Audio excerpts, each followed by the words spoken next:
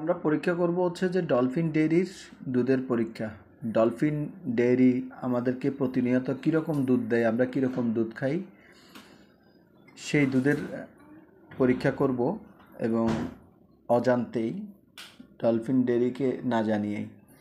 আজকে আমাদেরকে 5 লিটার দুধ দিয়েছে, তার মধ্যে 5 লিটার দুধের মধ্যে আমরা পেয়েছি এখানে 2 লিটার, এখানে 2 লিটার, 4 লিটার, এখানে হাফ লিটার, এইখানে হাফ লিটার থেকে একটু কম। তার মানে আমরা টোটালি 5 লিটার দুধ বলে দিয়েছে আমাদেরকে, আমরা 5 লিটার দুধ পাইনি। আচ্ছা, যাই হোক, আমরা চলে আসি আমাদের আজকের মূল বিষয়, যেটা হচ্ছে যে দুধের পরীক্ষা। এখানে 30-র মধ্যে একটা রেড কালারের চিহ্ন দেওয়া আছে। এই 30 রেড কালারের চিহ্নের উপরে ছোট্ট একটা মাঝখানে একটা চিহ্ন দেওয়া আছে, সেটা হচ্ছে যে 20 এবং 30-এর মাঝামাঝি যদি হয়, এই যে আমি একটু লড়ে গেছে, সরি, এই যে 20 এবং 30-এর মাঝামাঝি যে চিহ্নটা যদি দুধ ভেসে থাকে, তাহলে দুধের পরিমাণটা খুব ভালো, এটা নিঃসন্দেহে ভালো একটা দুধ। 30-এর উপরে থাকতে হবে, 30-এর নিচে না। ওকে, আমরা এখন চেক করব। এই যে আমরা দিচ্ছি 30 নাম্বার, আমরা আস্তে করে ছেড়ে দেব। আমরা এখন 30 ডুবে গেছে অলরেডি, আমরা ছেড়ে দিছি।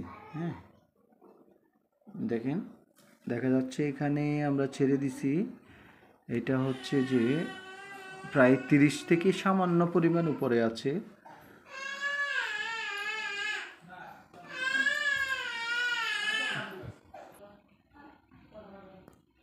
এখানে 30 থেকে সামান্য পরিমাণ, মানে একদম সামান্য পরিমাণ, তো কিছুটা পরিমাণ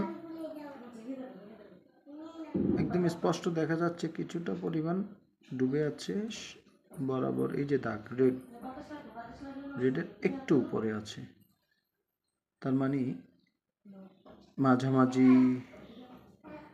20-এর মাঝামাঝি থাকলে সেটার পরিমাণ, দুধের পরিমাণ অনেক ভালো, আমরা জানি।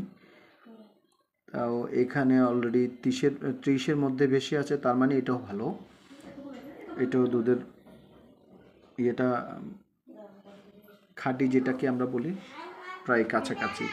কিছুটা পরিমাণ তো অবশ্যই থাকেই পানির, এটা সবাই জানি। সেটা হচ্ছে অনেক সময় অনেকে বোতল ধুয়ে, অনেক সময় দুধ যে বালতির মাধ্যমে ধুয়ে পরিষ্কার করে বোতলে বা প্যাকেটিং করে, সেক্ষেত্রে একটু করে ধোয়ার জন্য জল মিক্স করে এটা দিয়ে দেয়। এটা স্বাভাবিক বিষয়, এটা একটা কোনো ধরনের ইম্পর্টেন্ট ম্যাটার না।